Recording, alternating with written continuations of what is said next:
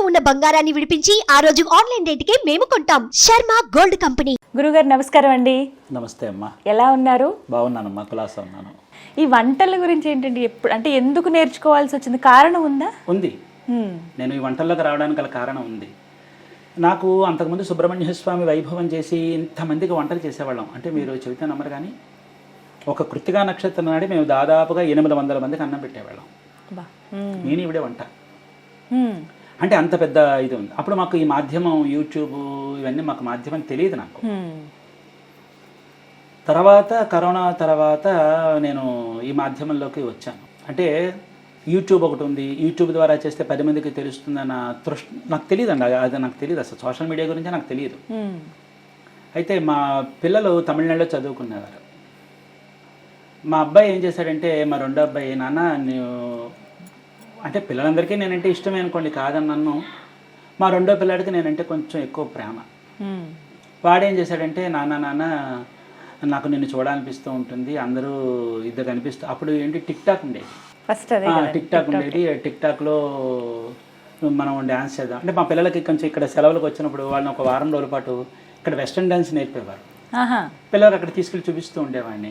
మీరు సరదాగా ఆడుతూ పాడుతూ ఉండండిరా, చిన్నప్పుడే పాఠశాలకు వెళ్ళిపోయారు కదా, ఆడుతూ పాడుతూ సరదాగా తిరగండరా అంటూ ఉండేవాడిని నేను. పిల్లలు ఏమన్నారంటే, వాళ్ళు నాన్న టిక్ టాక్ అనేది ఒకటి తెలుసాను అంటే ఏంట్రా అని అడిగారు. అప్పుడు చూపించారు, అందులో డ్యాన్సులు వస్తున్నాయి. అయ్యి బాబా ఇవన్నీ నేను ఎక్కడ చేయగలనురా అనేవాడిని. కాదు నాన్న, ఇవి చేస్తేనే ఈరోజు రేపు అందరూ మెచ్చుకుంటారు నాన్న, నాకు నీతో డ్యాన్స్ చేయాలంది నాన్న, నీతో పాటలు పాడాలంది నాన్న అని అనేవాడు మా పిల్లడు. అలాగే నాన్న, నువ్వు వంటలు చేస్తూ ఉంటావు కదా, మేము వచ్చినప్పుడు పెడుతూ ఉంటావు, అందరికీ వంటలు చేస్తావు, వంటలు కూడా నేర్పించావు అనుకో నాన్న, అందరూ చూస్తారు, అందరూ ఇష్టపడతారు నాన్న.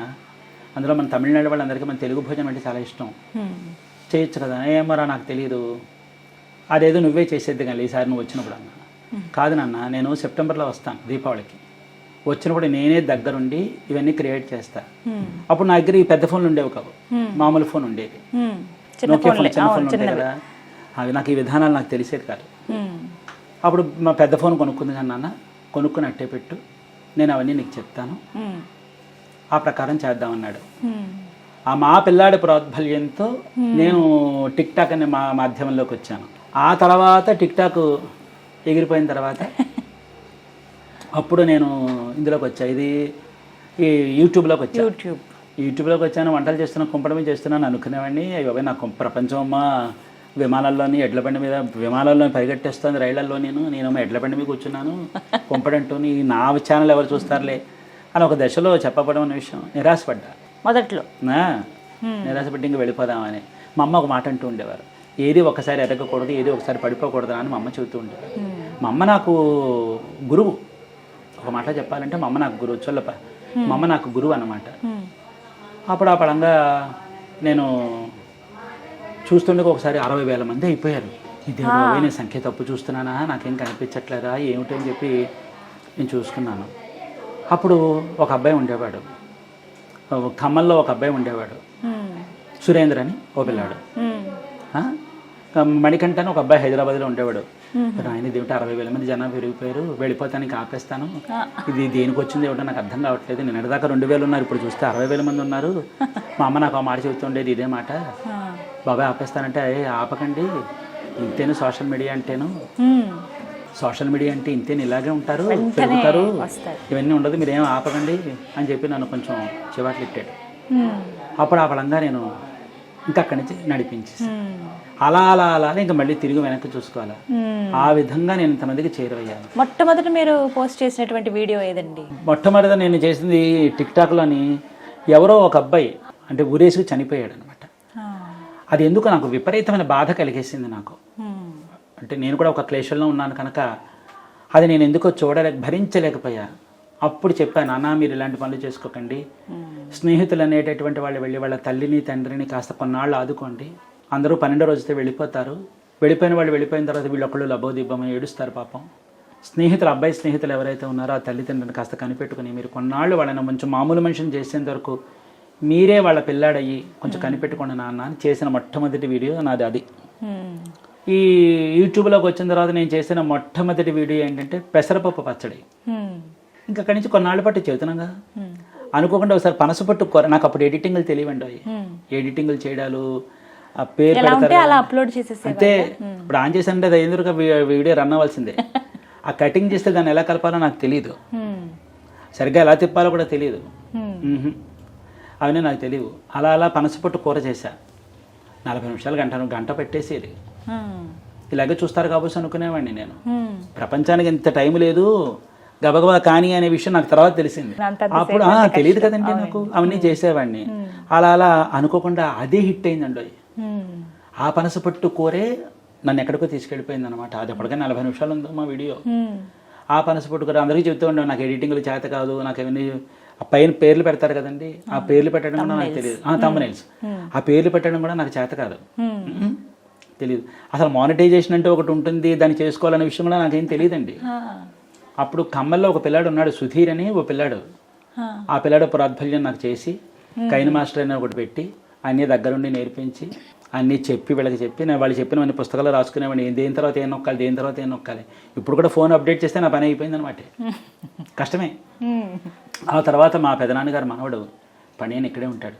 వాడి మెసేజ్లు అన్నీ చూసి బాబాయ్ నేను వచ్చి చెప్తాను అని చెప్పి వాడు నాకు మళ్ళీ మానిటైజేషన్ చేసి అన్నీ చేసాడు అనమాట. తద్వారా అలవాటైంది. ఇప్పుడు మళ్ళీ దాన్ని ఏంటంటారు అప్డేట్ చేశాడంటే అయిపోయింది అనమాట. మళ్ళీ కష్టం దగ్గరికి వెళ్ళాలి. నేర్చుకోలేదా మరి మీరు? ఎలాగా? నేర్చుకోలేదండి. చెబుతున్నారు కానీ నాకేమిటి భయం, ఒకటి నొక్కితే ఒకటి నొక్కేస్తానము అనే భయం. ప్రపంచవ్యాప్తంగా చూసేస్తారు మరి వేరే ఏదైనా ఒకటి నొక్కేస్తాను, ఏమిటో ఛానల్ అయిపోతుందో ఏమిటో అని చెప్పి అదొక భయం ఉంటుంది కదా. తర్వాత నాకు ఈమెయిల్ చూడటం కూడా చేత కాదు.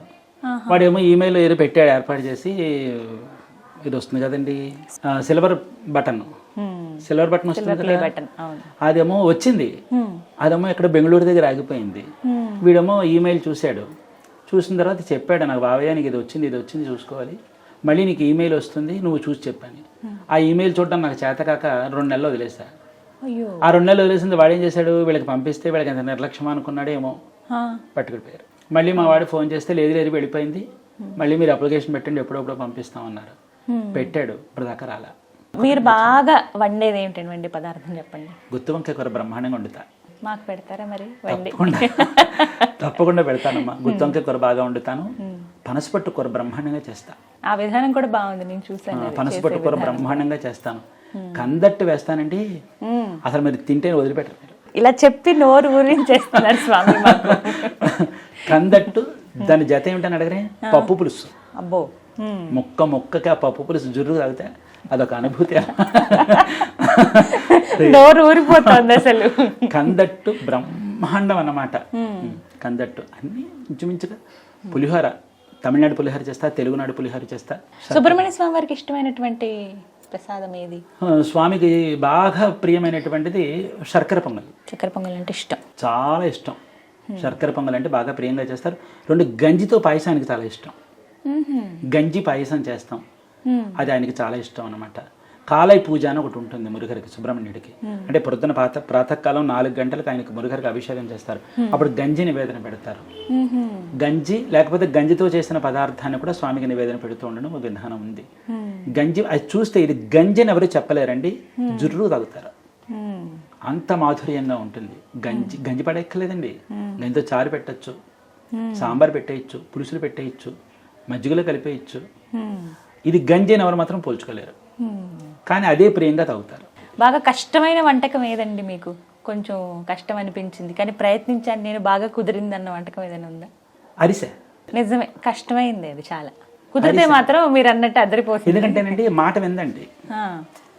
అది మనం అనుకుంటాం మనకు మన చేతిలో లంగాపడమే ఉంటే అనుకుంటాం, కానీ ఒక్కసారి మాట విందండి. బూరె ఒకటి కలిపే విధానం చీరేస్తుంది బూరె. అవును, తెలిసిందా? ఎంత ప్రావీణ్యత ఉన్నా ఈ రెండింటి దగ్గర జాగ్రత్తగా ఉండాలి. వేసే విధానం కరెక్ట్ గా రావాలి. ఖచ్చితంగా బూరి దగ్గర జాగ్రత్తగా ఉండాలి.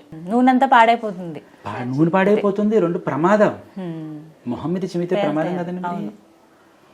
ఆ ప్రమాదం ఒకసారి మా అమ్మ మీద తుళ్ళింది, మా ఇంటి ఆవిడ మీద తుళ్ళింది. 2 అపురూపమే కదండి. అమ్మ అపురూపమే, భార్య అపురూపమే. ఇద్దరి మీద చిందేటప్పటికి వాటి మీద అలిగారు అనమాట. ఇప్పటికి మళ్ళీ వేసింది లేదా? మళ్ళీ ఊర్లో వేసాను, ఒళ్ళు దగ్గర పెట్టి వేసానులేండి. ఏమండి పంటి కింద రాయేస్తే అన్నం తిండి మానేస్తాను. చెప్పండి. తినాలనిపించినప్పుడు మరి వేసుకోకపోతే ఎలాగా? కొన్ని బయట ఎక్కడేం చేస్తే నచ్చదాయే. మీరు మామూలుగా బయట భోజనం స్వీకరిస్తారండి? శుభ్రంగా చేస్తా. మీరు బయట భోజనం చేసినవి బాగా నచ్చింది ఎక్కడ? అంటే హోటల్స్ లో తింటారా లేకపోతే ఎలా? లేదండి, హోటల్లో అంటే తప్పనిసరి పరిస్థితుల్లో వెళతా. సరదాగా పిల్లలతో వెళ్ళాలనుకోండి, నేనే హోటల్ పెట్టాలనుకోండి, హోటల్కి వెళ్ళి నేను పర్యవేక్షణ చేసి తెలుసుకోకపోతే నాకు ఎలా తెలుస్తుంది చెప్పండి? శుభ్రంగా తింటా, హోటల్కి వెళ్తా, బజ్జీలు తింటా, అన్నీ తింటా. నాకు చెప్తున్నా కదండి, నేను భోజన ప్రియుడిని. అలా హోటల్కి వెళ్ళి తిని ఈ రుచి భలే ఉంది, నేను ఇంట్లో ప్రయత్నించాలి అని అలా చేసిన వంటకం ఏదైనా ఉందా? అలా చేసిన వంటకం ఉంది. అలా చేసిన వంటకం ఏంటంటే బీరకాయ దోసకాయ పచ్చడి. అంటే మా అమ్మ చేసేవారు అనుకోండి, కాదని నన్ను, కానీ అక్కడ కొంత బీరకాయ, దోసకాయ, వంకాయ, ఒక వెల్లుల్లిపాయ వేసేసి కలిపి రుబ్బేసి చేశారనమాట. ఆ పచ్చడి చేశా. నెల్లూరులో నెల్లూరు రుచులు బ్రహ్మాండంగా ఉంటాయి కదండి. ఆ నెల్లూరులో నేను రుచి చూసా. చూసినప్పుడు మా స్నేహితుడికి చెప్పా, ఒరే ఇది ఎంత బాగుందో అని. అప్పుడు అది నేను చేశానంటే ప్రయోగం చేశా. కొన్ని నేను కలుపుకున్నానులేండి. ఏ వంటకాలు అంటే ఇష్టం మీకు? తమిళనాడు వంటకాలు ఇష్టమా, తెలుగునాడు వంటకాలు ఇష్టమా? తెలుగునాడు వంటకాలండి. అవునా? అందులో బాగా అమితంగా ఇష్టమైనది ఏది? నాకు బాగా ఇష్టమైనది గోంగూర పచ్చడి. అసలు ఎవరింట్లోనే గోంగూర పచ్చడి పెడితే వాళ్ళ ఇంటికి వెళ్ళిపోయి వాళ్ళ ఇంట్లో ఉండిపోతారు. కందిపొడి ఒకటి, కందిపొడి ఎంత ప్రాణం అంటే మళ్ళీ జత ఉండాలి అక్కడ. వంకాయ పులుసు పచ్చడి, అబ్బో జత కట్టద్దు. వంకాయ పులుసు పచ్చడి, లేకపోతే ఉల్లిపాయ పులుసు, తీ పులుసు, ఆ రెండింటికి జత. గుత్తి వంకాయ కూర, ఇంక ఏటికాడది పెట్టిన విసుగురాదు నాకు. కందా పచ్చడి కూర ఎంత బాగా చేస్తాను తెలుసా? భోజనం గురించి చెప్తూ ఉంటే మాకు చూసే వాళ్ళకి కూడా నోరూరిపోతుంది స్వామి. అసలు ఇన్స్టాగ్రామ్లో 1 మినిట్ కదండి. అప్పట్లో నేను ఏం చేశానంటే 1 మినిట్లో యూట్యూబ్లో నాకు గంటల తరబడి చెప్పడం అలవాటు అయిపోయి ఇన్స్టాగ్రామ్లో 1 మినిట్ వీడియో చేయడం అంటే నాకు పెద్ద యజ్ఞంలో ఉండేది. రీల్స్ కష్టం. దాన్ని 2 భాగాలు 3 భాగాలు చేస్తుంటే ఏమిటి ఇంతటి కొరకు 2 భాగాలు ఏమిటి అనేవారు. అయ్యి బాబాయ్ ఎలాగా అని అనుకుని నోటితో చెప్పడం మొదలెట్టా. అది సుఖం. ఇంకా అలా సోషల్ మీడియాలో నోటితో చెప్పింది బహుశా నేనేమో నాకు తెలియదు, కానీ దాదాపుగా మీరే అయి ఉండొచ్చండి. ఎందుకంటే వంటకం అలా పూర్తిగా ఒక్క నిమిషంలో ఒక్క నిమిషంలో పూర్తి చేసింది మీరే. ఆ ఒక్క నిమిషంలో వీడియోలు చెప్పేసి గబగడగడ చెప్పేసేసాను నేనే. అది కాస్త అందరికీ చేరుకున్నాయి. ఈ రోజు అందరూ వండుకు తింటుంటే అది నాకు విపరీతం తృప్తి, నాకు ఆనందం. చెప్తారా అట్లా? మేము ఇలా మీరు చెప్పింది ఫాలో అయ్యి వండేవండి చెప్తూ ఉంటారు. నేను రోడ్డు మీద వెళ్ళినప్పుడు చెప్తూ ఉంటారు, మెసేజ్లో చెప్తూ ఉంటారు, ఇన్బాక్స్లో చెప్తూ ఉంటారు. మీరు చెప్పినటువంటి ఆ దెబ్బకాయ ఇది చేసుకున్నాం అంటారు, చింతపండు చారు పెట్టుకున్నాం, లేకపోతే టమాటా చారు పెట్టుకున్నాం అంటారు, బెండకాయ ఎప్పుడు చేసుకున్నాం అంటారు. ఒక్కటి కాదు, అందరూ బోడి చెప్తుంటే ఎంత ఆనందంగా ఉంటుందంటే. ఈరోజు రేపు మన ఆహారాలు ఏమని చెప్పండి? పూర్వకాలం ఆహారాలు ఎక్కడున్నాయండి? అవి లేవు, ఎప్పుడో ఇదైపోయాయి. కానీ ఈరోజు రేపు పిల్లలు విషయం తెలుసుకుని వాళ్ళు అవి తింటుంటే ఇంతకన్నా తృప్తి, ఆనందం మరొకటి ఉండదండి. అది మాత్రం నాకు చాలా ఆనందంగా. కొంతమంది ఆడపిల్లలు మెసేజ్లు పెడుతూ ఉంటారు, నేను పెళ్లి చేసుకుని కొత్తగా వెళ్ళానండి, నేను మీరు చెప్పినటువంటి వంట చేసుకుని మా అత్త మామల్ని భర్తని మెప్పించానండి, మీరు నాకు తండ్రి అండి అంటూ ఉంటారు. అది నిజంగా ఎంత ఎనలేని ఆనందం అంటే అంత ఎనలేని ఆనందం. చెప్తున్నాను కదా, అందరూ నన్ను వాళ్ళ కుటుంబీకుడిగానే చూస్తున్నారు. చాలా మంది కుటుంబ సభ్యుడు అయిపోయానండి. అంత ఇదైపోయింది, నాకు తృప్తి. గురుగారు ఇష్టం లేని వంటకం? ఇష్టం లేని వంటకం ఏంటంటే ఆనపకాయని కేవలం ఒక పోపులోనే వేస్తారు. ఆ పోపులో వేస్తే నాకు ఇష్టం ఉండదు. దానికి పడవలసినవన్నీ పడే అనుకోండి, బ్రహ్మాండంగా ఉంటుంది. అంటే వేరుశనగ గుళ్ళు, నువ్వుపప్పు, ఎండుమిరపకాయలు, కాస్త జీలకర్ర, ధనియాలు, కొంచెం ఇంగు పెసర, అవి నలిగి నలగకుండా ఉండాలి. దాన్ని ఆనపకాయలో వేసేసాం అనుకోండి, ఎంత కూరని తినేస్తాం. ఇష్టం, చాలా అద్భుతంగా. అంటే ఇష్టం లేని కూర ఆనపకాయే, దాన్ని చేయవలసిన విధంగా చేస్తే శుభ్రంగా తింటా. మీరు అన్నారంటే మీ అమ్మగారే నేర్పించిందంతా వంటల విషయంలో కూడా? అన్నీ మా అమ్మగారు. ఆవిడ చేసిన వంటకం అత్యద్భుతంగా ఉండేది ఏది? అలాంటిది మీరు ప్రయత్నించినా మీరు చేయలేకపోయింది, అసలు కుదరని వంటకం ఏదైనా ఉందా? అలా అమ్మ చేసినట్టుగా నేను చేయలేకపోతున్నాను అని అనిపించింది ఏదైనా? అమ్మ చేసినట్టుగా నేను చేయలేకపోతున్నాను అనుకునేటటువంటి వంటకం ఏమైనా ఉందంటే కనుక గంజితో పెట్టినటువంటి పులుసు. ఆ పులుసు ఎంతమందికి దక్కేదంటే అంత బ్రహ్మాండంగా ఉండేది. అది చేస్తాను, కానీ ఎక్కడో నాకు మనసుకు తెలుస్తుంది, అరే అమ్మ చేసినట్టు ఎక్కడో ఇది తేడా వస్తుంది, అమ్మ చేసినట్టు ఎక్కడో తేడా వస్తుంది. అదొక్కటి నాకు. అదేంటి చెప్పమంటారా? అమ్మ ప్రేమ. అమ్మ ప్రేమ సారం కదండి. అంతే, నిజమే. అది ప్రపంచంలో ఎవరు ప్రయత్నించినా అది రాదు కదండి, అమ్మకు మాత్రమే వస్తుంది. అలా కొన్ని వంటల్లో అనిపిస్తూ ఉంటుంది, అరే అమ్మ అని అనిపిస్తూ ఉంటుంది. నా వంట ప్రతిదీ మా అమ్మ ముద్ర. తనకి వంటల గురించి మాట్లాడితే ఒక ఎపిసోడ్ మాట్లాడొచ్చు కదండి. అయిపోతుందండి. ఈ రోజు రేపు వంట అంటే అమ్మా చాలా సులభమైన పని. వంట సులభమే, కానీ విషయం తెలుసుకుంటే డబ్బులు కూడా పెద్ద ఖర్చు అవ్వమ్మా. కానీ ఈ రోజుల్లో చూస్తున్నాగా, ఫోన్లో ఒక్క బటన్ నొక్కితే రెడీమేడ్గా ఆహారం వచ్చేస్తుందండి. అంతే, వండుకుని తినేంత అంత ఓపిక ఉండట్లేదు ఎవరికి. లేదండి, కానీ ఒకటి చెప్పాలంటే, ఇప్పుడు పిల్లలకి చెప్పాలంటేనండి, వంట చేసుకోవడానికి ఖర్చు ఏమీ పెట్టక్కర్లేదండి, సులభంగా చేసుకోవచ్చు, ఉన్న దాంట్లో చేసుకోవచ్చు.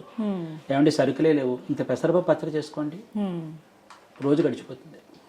కందిపప్పు పచ్చడి చేయండి, రోజు గడిచిపోతుంది. ఉల్లిపాయ పచ్చడి చేయండి, ఒకే ఒక్క మామిడికాయ 10 మందికి అన్నం పెట్టేయచ్చు.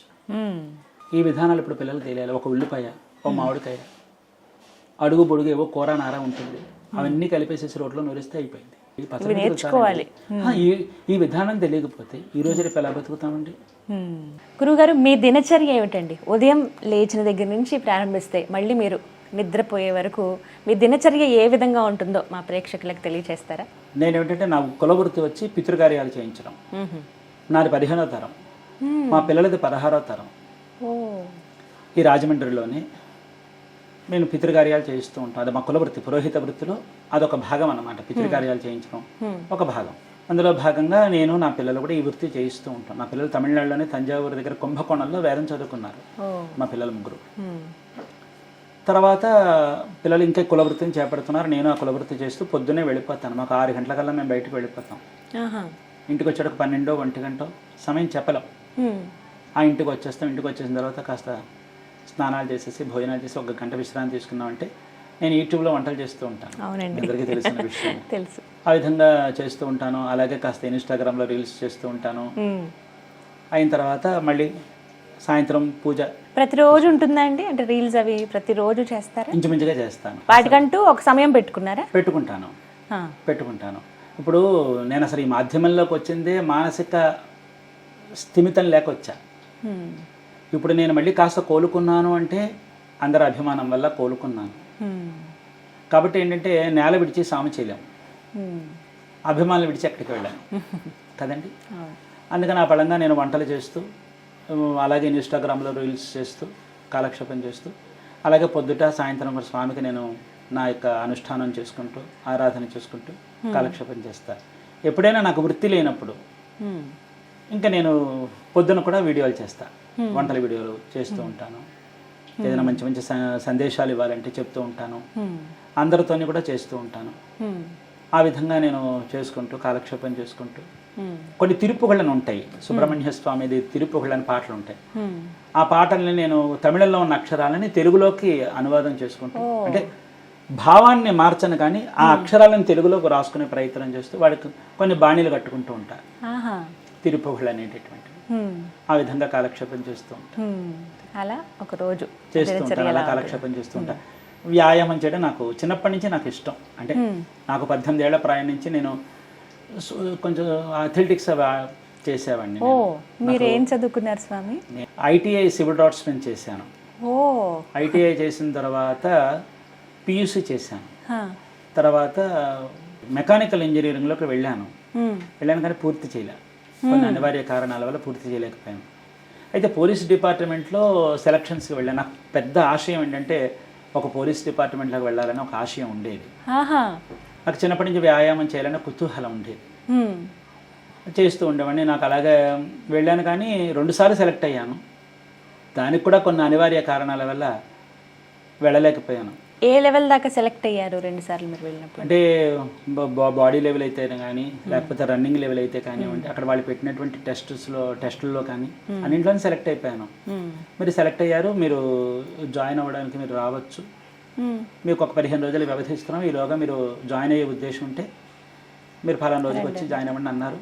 అన్నింట్లోనే సెలెక్ట్ అయిపోయాను. కొంతమంది స్వార్థానికి, మా కుటుంబీకుల స్వార్థానికి బలయ్యి నేను వెళ్ళలేకపోయాను. అలాగే ఆల్ ఇండియా రేడియోలో కూడా నేను పాటల్లో సెలెక్ట్ అయ్యాను, విజయవాడ విశాఖపట్నం, దానికి వెళ్ళలేకపోయాను. అలాగే కొన్ని సినిమాల్లో ఛాన్సులు వచ్చాయి, నాకు సినిమా అవకాశాలు వచ్చాయి. కె విశ్వనాథ్ గారు, దాసనారాయణరావు గారు, ఇలాంటి వాళ్ళు గుర్తు రావట్లేదు, పేర్లు కొన్ని గుర్తు రావట్లేదు. విశ్వ గారు అని ఒక ఆయన ఉండేవారు, వారు ఇలాంటి కొన్ని అవకాశాలు వచ్చాయి, వాటికి వెళ్ళలేకపోయాను, దేనికి వెళ్ళలేదు. అలాగే సంగీతం కూడా నేను కొంత నేర్చుకున్నాను, అంటే కొంతవరకు నేర్చుకున్నాను, దానికి వెళ్ళలేకపోయారా అటువైపు? ఒకటి కాదండి, ఒకటి కాదు, చెప్తున్నాను కదండి. అంటే మనం ఏదైనా చేస్తే ప్రోత్సాహం అనేది చాలా అవసరం అండి. ఆ ప్రోత్సాహం నాకు ఇవ్వకపోయినా పర్వాలేదు, కానీ అడ్డం పడితే ఇబ్బంది. అలాగే నేను జయించలేకపోయాను. అలాగే ఎన్నో ఆశలు ఉండేవి. అలాగే నేను పెద్ద లాయర్గా అవ్వాలని ఒక కోరిక ఉండేదండి, అది అవ్వలేదు. సైక్రటిస్ట్ అవ్వాలనండి. సైక్రటిస్ట్ మానసిక విశ్లేషణ చేసుకునేటటువంటిది, అంటే మనిషిని చదవడం అనేటటువంటి విషయం నాకు అది చాలా ఇష్టమైన సబ్జెక్టు. కుతూహలం అయితే ఉండేది, కానీ ముందుకు వెళ్ళలేకపోయాను. ఇన్ని రకాలుగా ప్రయత్నించి అన్నింటి నిరాశే. అందుకే ఇప్పుడు అవన్నీ కూడా నేను ఇప్పుడు నటన అవి చేయాలి, ఇవి చేయాలి, ఆ పాటలు పాడాలి, ఈ పాటలు, అలాంటి సంగీతం వచ్చా అంటారేమో, రాదు, మక్కువ. ఏదో ఒక ఏడాది నేర్చుకున్నంత మాత్రం సంగీతంలో మనం పరిపూర్ణత ఎక్కడ సంపాదిస్తాం?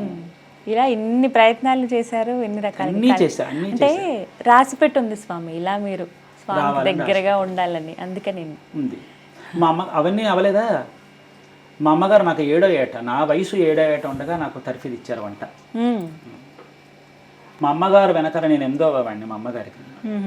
మా అమ్మగారు వెనకాల నేను ఆ తర్ఫీదు పొందడం వల్ల అప్పుడెక్కడండి పుల్లలు పోయాను, పొట్టు పోయాను, అంతే కదా, గ్యాస్ పోయలేదు, ట్యూబ్లైట్లు అలాంటివి ఏం లేవు, లాంతర్లు.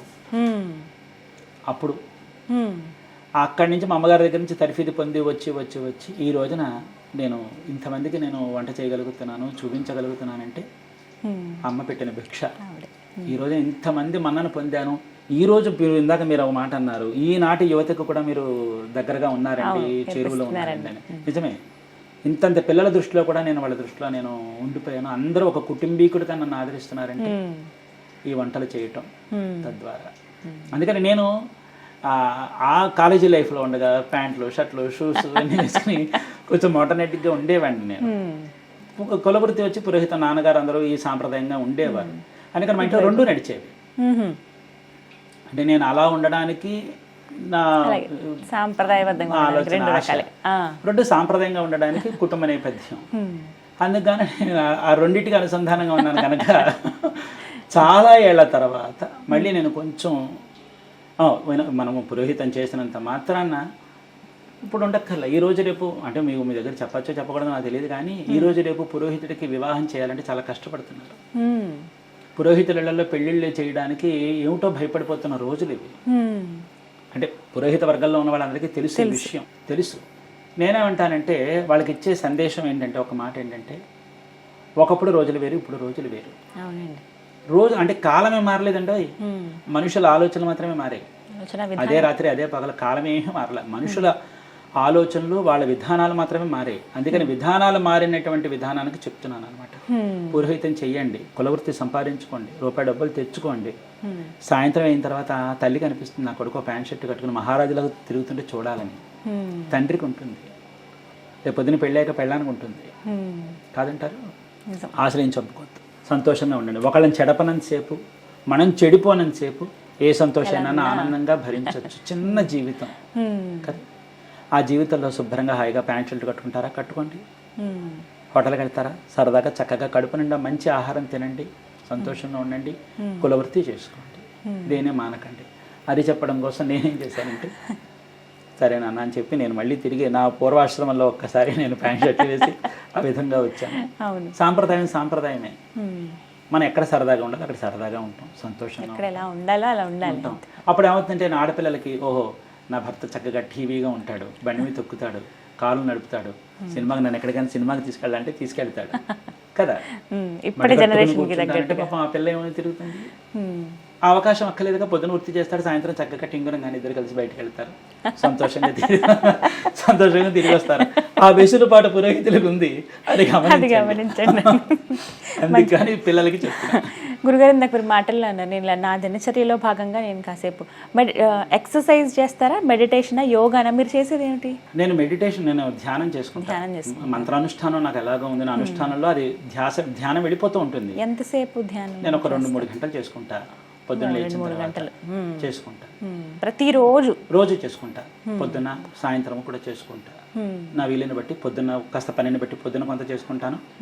నా మధ్యాహ్నం దాకా డ్యూటీలు అయిపోతాయి నాకు. ఒకసారి 4 గంటలకు వచ్చినా సాయంత్రం ఖాళీయే. సాయంత్రం ఖచ్చితంగా వ్యాయామం చేస్తా. ఖచ్చితంగా వ్యాయామానికి వెళ్ళిపోతాను, నేను కళాశాలకు వెళ్ళిపోతా. అక్కడికి వెళ్ళి చేసుకుని వస్తా. వచ్చిన తర్వాత 1 గంట గంటన్నర నేను ధ్యానం చేసుకున్నాను. మీ వయసు ఎంతో తెలుసుకోవచ్చా? చెప్పేస్తే ఇవిడిగా అమ్మో ఎంత సిగ్గుపడుతున్నారు. మార్కెట్ పడిపోతుందండి. నాకు వచ్చి నా ఆధార్ కార్డు ప్రకారం అయితే కనుక 55 సంవత్సరాలు ఉన్నాయి. దాని ప్రకారం కాకపోతే కనుక నేను అంతకు ఒక 6 ఏళ్ల క్రితమే పుట్టాను. కానీ ఏంటంటే అది అప్పుడు రిజిస్ట్రేషన్ అవ్వాల, నా పేరు నమోదు అవ్వాల.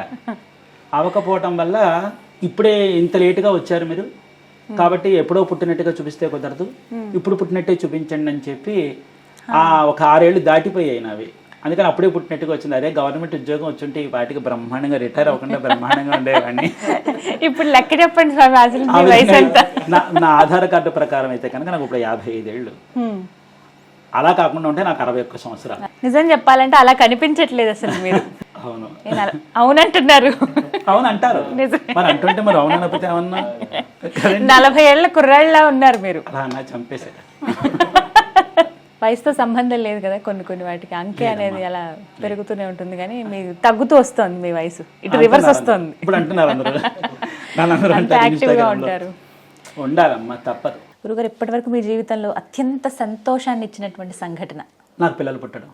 నా పిల్లలే నాకు అది, మా పిల్లలతోనే నేను ఆనందాన్ని అనుభవించా. అదొక గొప్ప అనుభూతి అన్నమాట. ఎందుకంటే ఆ పిల్లలకి వాళ్ళకి నీళ్లు పోసి, వాళ్ళకి అన్నం వండి పెట్టి, పిల్లలుగా మందులు మాకులు వైద్యాలు టీకాలు వాళ్ళ కోసం అన్నీ శ్రమించా. అది నాకు ఒక మధురానుభూతి అన్నమాట. ఒక అనుభూతి నాకు మాత్రం గొప్ప. మా పిల్లల్ని అలాగే చూసుకున్నాను నేను. అంటే వాళ్ళని సంతృప్తిగా నేను చూడగలిచాను. తండ్రి పాత్రకి నేను వాళ్ళ పట్ల నేను న్యాయం చేయగలిచాను. అంటే రెక్కలు వచ్చిన తర్వాత అంటారా, అది వాళ్ళ జీవితం. రెక్కలు రానంతసేపు వాళ్ళని కనిపెట్టుకోవడంలోనే తండ్రి నైపుణ్యత, తల్లి నైపుణ్యత కదంటారా. నేను ఆ దానికి నేను న్యాయం చేశాననే సంతృప్తి నిండా ఉంది నా మనసులో. అది నాకు తృప్తి. బాగా బాధ అనిపించిన సంఘటన, ఇంకా ఎప్పటికీ ఇలాంటి కష్టం మళ్ళీ రావద్దు అని అనిపించింది. ఏ బిడ్డల కోసం అయితే నేను ఆనందపడుతూ బతుకుతున్నాను, ఆ 2వ బిడ్డను దేవుడు తీసుకుపోయాడు. ఆ బిడ్డనే దేవుడు తీసుకుపోయాడు అనమాట. అది నేను తట్టుకోలేకపోతున్నాను. ఎందుకంటే వీళ్ళ ముగ్గురులో కంటే వాడికి గారం ఎక్కువ, నా దగ్గర గారం బాగా ఎక్కువ. వాడు చెప్తూ ఉండేవాడు, వాడి ప్రాబల్యంతోనే నేను ఇదేంటి టిక్ టాక్లోకి నేను రావడానికి గల కారణం లుకేమియా వచ్చింది పిల్లాడికి. వాడికి ఎన్నో తిరుపుగళ్ళు నేర్పించేవాడు, యోగా చేసేవాడు. తమిళనాడులో డిస్ట్రిక్ట్ ఫస్ట్ వచ్చాడు వాడు యోగా. వేదభూషణ్ అవార్డు వచ్చింది, అన్నీ వచ్చింది. పిల్లాడు నేనన్న వాళ్ళ అమ్మన్న వాళ్ళ అన్నదమ్ములనే చాలా ఇష్టం వాడికి. చాలా గౌరవప్రదంగా, చాలా హుందాగా, చక్కగా ఉండేవాడు వాడు. కానీ ఊహకు అందలేదు నాకు. కొన్ని సంకేతాలు ఏవో కనిపిస్తూ ఉండేవి, కానీ అది నా పిల్లల మీద కానీ నాకు దృష్టి కలగల. కానీ తర్వాత అర్థమైంది, ఓహో ఆనాడు ఈ సంకేతం ఇచ్చో ఇదేనా అని అనిపిస్తూ ఉండేది నాకు. లుకేమియా వచ్చింది 20 రోజులు. 20 రోజుల్లోనే నా బిడ్డ నా నుంచి దూరం అయిపోయాడు. అది నాకు తీవ్ర వేదన. అదొక్క శిక్ష పెట్టకుండా ఉంటే బాగుండు. ఎందుకంటే తండ్రి చేతుల్లో పిల్లలు వెళ్ళకూడదమ్మా, పిల్లల చేతుల్లో వెళ్ళిపోవాలి. నేను చచ్చిపోయినా బాగుండేది. అయ్యో అంత మాట. నేను చచ్చిపోయినా బాగుండేది. ఎందుకంటే నాకు ఈ నరకం ఎలా ఉందంటే అమ్మా, దినదినము నాకు గండంగానే ఉంది. పైకి నవ్వుతూ తిరిగి వస్తున్నా, బతికేస్తున్నాం, కానీ అమ్మ అనుక్షణం నా ప్రాణం పోతోందన్నమాట. పైకి నవ్వుతూ బతకాలి, తప్పదు అని బతుకుతాను. వీడి కోసం, ఆవిడ కోసం నవ్వుతూ బ్రతుకుతూ ఏదో వ్యాపకం పెట్టుకొని ఆ వ్యాపకంలో నా రోజు దొర్లించుకుంటున్నాను. కానీ చెట్టంత పిల్లాడు మర్చిపోతాను, ఎలా మర్చిపోతానమ్మా? ఏదో పురిట్లో 2019లో జరిగింది. పై చదువులకు వచ్చారు పిల్లలు, సెలవులు ఉన్నాయి. ఇక్కడ 2 నెలలు ఉన్నాడు పిల్లాడు, ఉన్నాడు అన్నీ ఉన్నాడు. పై చదువులకని వెళ్ళాడు. వాడు వెళ్ళిన 15 రోజులకి ఇలా అయిపోయింది. ఏమాత్రమైనా సూచన ఉంటే నేను ఆపుతాను, చెప్పండి, నేను పంపించాను కదా. 20 రోజులు ఆ పిల్లాన్ని పుచ్చుకొని నేను తిరగని చోట్లేదమ్మా. అది నా కడుపులో ఎందుకు నాకు ఇంత బాధ పెట్టావు, ఎందుకు ఇంత ఈ ఒక్క బాధ పెట్టకుండా ఉంటే కడు పేదరికం అనుభవించాను తల్లి, తెలుసా, ఇంత దుర్భర జీవితాన్ని అనుభవించాను.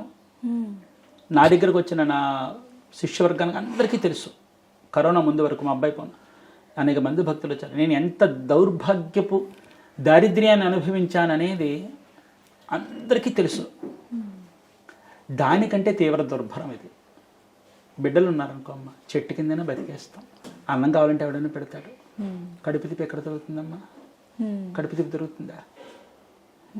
ఆ దుర్భర జీవితాన్ని ఇచ్చాడు. వాడి ప్రాబల్యంతోనే నేను ఈ మాధ్యమంలోకి వచ్చా, వాడి కోసమే. కానీ మా అబ్బాయి పేరు చెప్పుకొని వాడు, మా పిల్లాడు చివరిలో, మా పిల్లలకి నేనే అన్నం వండి పెట్టి నేనే వాళ్ళకి అన్నీ చేసుకునేవాడిని, నేను నోట్లో పెట్టి అన్నీ చేసుకునేవాడు. ఇప్పుడు మా పెద్ద పిల్లాడు వచ్చి అంటే నాన్న అన్నం పెట్టి ఆవకాసి అంటాడు, వాడికి నోట్లో పెట్టాలి, తెలిసిందా? అలాగేంటంటే నేను పిల్లలకి అలాగే చూసుకునేవాడిని. మా పిల్లాడు ఇదైపోయిన తర్వాత మా పిల్లాడు చివరిలో వాడికి అన్నం నాన్న, ఆకలి నాన్న అనేవాడు. కడుపు తరుక్కుపోయేదమ్మా, నాకు దాహం అనేవాడమ్మా, నా కడుపు, బాధపడకండి, నా కడుపు తరుక్కుపోయేదమ్మా. ఎందుకంటే ఎవరొచ్చినా అన్నం పెట్టకుండా పంపించే మనసు కాదు నాది. కానీ వాడు పిల్లాడు అలా వెళ్ళిపోయాడు. ఆ తర్వాత మా అబ్బాయి వెళ్ళిపోయిన తర్వాత కొన్నాటికి వాడి పేరు చెప్పుకొని ఎవరికైనా అన్నం పెట్టాలి అనుకునేవాడిని. ఆ స్తోమత నాకు ఇవ్వలేదు దేవుడు. కానీ వాడి పేరు చెప్పుకొని ఎవరికైనా గొప్పడు అన్నం పెట్టాలి. ఆ తరుణంలో మా అబ్బాయి అన్న మాటలు నాకు గుర్తుకొచ్చి, మా అమ్మ నేర్పిన ఆ విద్యని ఇలా చేస్తే ఇప్పుడు నేను పెడితే ఒకళ్ళు ఇద్దరు తింటారు అనుకుందాం, నేర్పితే ఎంతోమంది. ఎందుకంటే నా కడుపులో నా పిల్లాడే తింటున్నాడు, నా పిల్లలు తింటారు, నా పిల్లలు తింటారు అనే దృష్టి చేత మా పిల్లాన్ని కడుపులో ఉంచుకుని నేను మా పిల్లాడికే చెబుతున్నాను అన్న భావన నాకు. వీడియో ముందు కూర్చున్నానంటే నా పిల్లాడికి చెప్తున్నాను. నా పిల్లలు ఎక్కడో ఉన్నారు, ఒరే తినండ్రా తినండ్రా అని వాళ్ళకి చెప్తూ ఉంటా. ఆ భావనతోనే ఇంతమందికి నేను నేర్పించానంటే అన్నం పెట్టినట్టే కదా.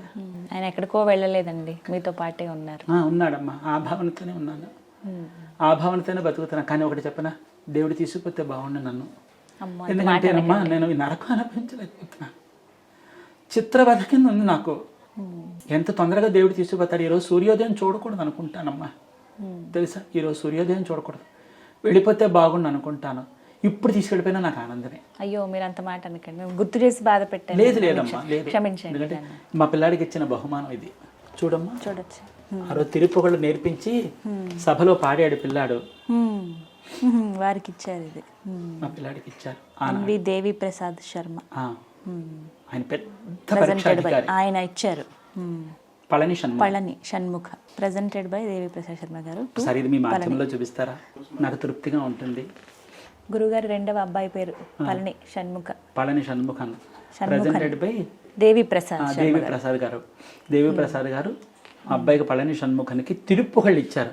వాడి తిరుప్పుగళ్ళు నేనే నేర్పించా. తిరుప్పుగళ్ళు పాడేవాడు. తిరుప్పుగళ్ళు అంటే సుబ్రహ్మణ్య స్వామి ఆరాధనలో భాగం అన్నమాట, అన్నమాచార్య కీర్తన లాగా. వాడు ఎన్నోసార్లు వేదిక మీద ఎక్కి పాడాడు, నేను నేర్పించాను. అందులో వాడు ప్రథమ శ్రేణి వచ్చాడు అనమాట. వచ్చినందుకు గాను తిరుప్పుగళ్ తిరట్ అని చెప్పి పేరు అన్నమాట. అది తిరుప్పుగళ్ తిరట్ అంటే ఒక గ్రంథం అన్నమాట. అది తిరట్ అంటే ఒక పెద్ద గ్రంథం అనమాట. అది ఆ గ్రంథాన్ని వాడికి ఇచ్చారనమాట. మొన్న వచ్చినప్పుడు చూపించలేకపోయాను హడావిడిలో. ఇప్పుడు మీరు వస్తున్నారనగానే ఈ పుస్తకాన్ని చూపిస్తే మా పిల్లాడు నాతోనే ఉంటాడు కదా, ఆయన ఎప్పుడు మీతోనే ఉంటాడు కదా, అందుకని నేను అది పెట్టుకున్నాను అనమాట. క్లేశం ఉంది అంటే నా జీవితంలో అన్ని క్లేశాలు, డబ్బులు ఉండటం, డబ్బులు లేకపోవడం ప్రతి వాళ్ళకి జరుగుతుందండి. ఈ పుత్ర సుఖం ఎవరికి రాకూడదండి, ఎవ్వరికి రాకూడదు. నేను దేవుడిని అదే కోరుకుంటా, అదే కోరుకుంటా. నాకు పెట్టిన బాధ ఎవరికి పెట్టకనైనా ఈ చిత్రహింస నరకం అనుభవించలేకపోతున్నాను. కానీ చెప్తున్నాం కదండి, నేను ఒకవేళ ఉన్న పళ్ళంగా దేవుడు తీసుకుపోయినా నాకు తృప్తి. కానీ నిత్యం ఆరాధన చేసుకుంటూ మీరు ఆ వ్యాపకం అలా మార్చేసుకున్నానండి. ఎందుకంటే మా అబ్బాయి ఇది అయిపోయిన తర్వాత నేను మతిభ్రంశం చెంది నాకు వెళ్ళిపోయాను అనమాట. విజయవాడలో తప్పిపోయాను. మా అత్తవారి ఇల్లు విజయవాడ. మా బావమరిది ఇంటికి తీసుకెళ్లారు నన్ను. అంటే ఆదరణ తీసుకెళ్తారు కదండి. అలా వెళ్ళినప్పుడు తప్పిపోయాను అక్కడ. అలా 2 సార్లు తప్పిపోయినప్పుడు తీసుకొచ్చారు. అసలు మా అబ్బాయి చెప్పినటువంటి టిక్ టాక్ అనే పదం అక్కడ వినిపించింది నాకు, ఎవరో పిల్లలు ఆడుకుంటుంటే. ఆ పదం ఏమిటి, ఆ పదం ఏమిటి, ఆ పదం ఏమిటి అంటే అప్పుడు నేను ప్రజల్లో పడుతున్నాను అనమాట. వీళ్ళు అనుకున్నారు ఈయన కొంచెం మార్చాలని. అప్పుడు నన్ను అందులో తీసుకొచ్చి కూర్చోబెట్టారు. అలా అలా అలా అలాగా. అప్పుడు మా అబ్బాయి నాతో అనేవాడు, నువ్వు నేను కలిసి డ్యాన్స్ చేయాలి. మా అబ్బాయి అనేవాడు, ఎలాగా నాన్న నువ్వు అప్పుడు మా చిన్నప్పుడు మమ్మల్ని ప్యాంట్ షర్ట్లు వేసుకుని అది కూడా చెప్పాలి. ప్యాంట్ షర్ట్లు వేయడం గల కారణం అది కూడా చెప్పాలి. ఇది ఒకటే కాదు. మా అబ్బాయి ఏం చెప్పాడంటే, నాన్న మా చిన్నప్పుడు నువ్వు ప్యాంట్ షర్ట్ వేసుకున్నావు కదా, ఓసారి మన అందరం కలిసి ప్యాంట్ షర్ట్లు వేసుకుని శుభ్రంగా మనం ఫోటోలు దిగుదామా, డ్యాన్సులు చేద్దామా అని అనేవాడు అన్నమాట. దానికి కూడా నేను అందులో కారణం ఉంది. ఆ తర్వాత మా అబ్బాయి గురించి నేను ఆడుతూ పాడుతూ సినిమాల్లో ఈ ఉండేటటువంటి విధంగా సరదాగా సంతోషంగా ఉంటూ నాకు ఈ పూట కాలక్షేపం అవ్వాలండి, అదొక్కటే నేను అనుకున్నా. అది ఏం చేస్తే కాలక్షేపం అవుతుంది, ఎందుకంటే నా బెద లోపల ఉంది క్షోభ, చిత్రహింస అనుభవిస్తున్నా. అంత మాట అనకండి గురుగారు. మీరు ఎందుకు అని అంటే ఇందాక అన్నమాట, మీ అబ్బాయి ఉన్నారు, అమ్మగారు చూస్తున్నాను, వాళ్ళ కోసమే కూర్చుని ఉన్నా. చెప్పబడి ఉన్న విషయం ఒకసారి చచ్చిపోదాం అనిపించేది. బలవంతంగా చచ్చిపోదామా, ఈ నరకం అనిపించలేకపోతే, ఎందుకంటే పిల్లాడిని అల్లారు ముద్దుగా పెంచుకున్నాను, చెట్టుకి అందిన ఫలదాయం. ఏమ్మా పోనీ ఆ తీసేయాలనుకున్నప్పుడు కడుపులో కూడా తీసేస్తే పాలా, పోనీ పుట్టగానే తీసేస్తే పాలా, పెంచి పెద్ద చేసి ఇంత చేసి ఆశలు పెట్టుకున్న తర్వాత లాగేసావేంటి? కోపం వచ్చిందా ఎప్పుడన్నా? ఇప్పటికీ కోపమే, ఇప్పటికీ నాకు కోపమే. గతి లేదు నాకు ఇంకా ఆయన తప్ప. నా కొడుకు నీ దగ్గరే ఉన్నాడు, నేను నీ మీద కోపడితే వాడికి మోక్షం కూడా వస్తుంది. అందుకని మళ్ళీ అదే నువ్వే ఇచ్చు, నువ్వే పట్టుకుపోయావు, కాసేపు ఆడుకో అన్నావు, ఇంకా చాలు ఆడింది అన్నావు, తీసిపోయావు కదా. నీ దగ్గర ఉన్నాడుగా, వాడు నువ్వు జాగ్రత్తగా చూసుకో అని మళ్ళీ నాలో నేను తమాయించుకుంటా. ఎవరి మీద కోపడతానమ్మా, ఎవరి మీద కోపడితే ఎవరు పడతారు? నన్ను మాత్రం క్షమించండి, గుర్తు చేసి. అయ్యో అంత మాట అనకండి, మీరు నా బిడ్డ లాంటి వారే, తెలిసిందా? ఆ విధంగా మా అబ్బాయికి నేను తిరుప్పుగళ్ళు అవి నేర్పించాను అనమాట. ఈ తిరుప్పుగళ్ళు సుబ్రహ్మణ్య స్వామి ఆరాధనలో చాలా విశేషం. వారికి బాగా ఇష్టమైనది ఏంటండి? ఏం చేయటం అంటే ఇష్టపడతారు మీ అబ్బాయి? మా అబ్బాయి సహజంగా భోజన ప్రియుడే. వాడు ఎప్పుడు నన్ను అడిగేవాడు, చామదుంపలు వేపుడు అంటే మా అబ్బాయికి చాలా ఇష్టం. చామదుంపలు వేపుడు అంటే చాలా ఇష్టం. రెండోది అంటే వాడికి రవ్వ లడ్డు అవన్నీ చాలా ఇష్టం అన్నమాట. రెండోది వాడికి బాగా ఇష్టమైనది ఏంటంటేనో యాగం చేయడం అంటే ఇష్టం వాడికి, హోమాలు చేయడం అన్నా. రెండు మురుగరికి అలంకరణ చేయడం అంటే విపరీతం. మురుగరికి అలంకరణ చేసేవాడండి, నేను కూడా చేయలేను. నువ్వు అక్కడ కూర్చో అనేవాడు నన్ను, అంతే. నువ్వు అక్కడ కూర్చో నాన్న, స్వామికి కావాల్సిన బట్టలన్నీ అక్కడ పెట్టు రెడీగా, వాడే చేసేసేవాడండి. నేను ఒక గంటలో చేస్తే వాడు 40 నిమిషాల్లో చేసేవాడు, అరగంటలో చేసేవాడు అనమాట. అలంకరణ అంతా నేనే చేయలేను, అంత అలంకరణ. అంత చక్కగా ఆయన ఉన్నారు కాబట్టి స్వామి తీసుకున్నాను. చెప్పాడు, నాన్న నువ్వు కనుక ఈ టిక్ టాక్లోకి వచ్చినా, యూట్యూబ్లోకి వచ్చినా, నేను అక్కడి నుంచి నేను చూస్తూ ఉంటాను. తమిళనాడులో ఉంటానుగా గురువు గారి దగ్గర, నేను అక్కడి నుంచి నేను చూస్తూ ఉంటాను. అంటే వాడికి వయసు పెరుగుతున్న కొద్దీ ఏంటంటే మా మీద బెంగ పెట్టుకునేవాడు అన్నమాట. నాన్నకు దూరంగా ఉన్నాను, అమ్మకు దూరంగా ఉన్నాను అనే దూరం. వాళ్ళందరూ ముగ్గురు దగ్గరే ఉండేవారు. ఎట్టొచ్చి దూరంగా ఉన్నది నేను, మా ఇంటి ఆవిడ. అందుకని వాడికి కొంచెం మా మీద కొంచెం ప్రాయం పెరిగిన కొద్దీ కూడా అమ్మ నాన్న అనే బెంగ ఉండేది వాడికి. పాపం మిగతా ఇద్దరు పిల్లలు ఏం చేస్తున్నారు? పెద్ద పిల్లాడు వేదం పూర్తి అయిపోయింది, వాడు ధర్మభక్తిని, వాళ్ళు వేరే ఉంటున్నారు ఇక్కడ ఆర్యాపురం అని చెప్పి, ఇక్కడ వాళ్ళ కాపురం ఉంటున్నారు రాజమండ్రి. మా వృత్తి చేయిస్తున్నాడు, వాడు వేదం చదువుకున్నాడు, మా కులవృత్తి చేయిస్తున్నాడు. తర్వాత రెండో పిల్లాడు అలాగా, వాడి పేరు పళని మురుగన్, మా పెద్ద అబ్బాయి పేరు పళని మురుగన్, మా రెండో అబ్బాయి పళని షణ్ముఖన్, ఇంకా మా మూడో పిల్లాడు వీడి పేరు పళని శరవణన్. వీడు ఆడికృతిక నాడే పుట్టాడు. మా పెద్ద పిల్లాడు ప్రదోషం నాడు పుట్టాడు. మా రెండో అబ్బాయి రథసప్తం నాడు పుట్టాడు. ముగ్గురు అబ్బాయిలే. అందుకే రథసప్తం పాలు పొంగు ఇచ్చి మన వాళ్ళు చూపిస్తారు, కానీ నాకు రాదమ్మా. బ్రహ్మాండంగా చేస్తా, అది చేయడానికి నాకు కాళ్ళు చేతులు వణికిపోతూ ఉంటాయి అన్నమాట. వాడికి స్వీట్లు అంటే చాలా ఇష్టపడతాడు. మన వాళ్ళు అంటారు, ఏంటంటే గురువు గారు మీరు స్వీట్లు ఎక్కువ చూపించారంటారు.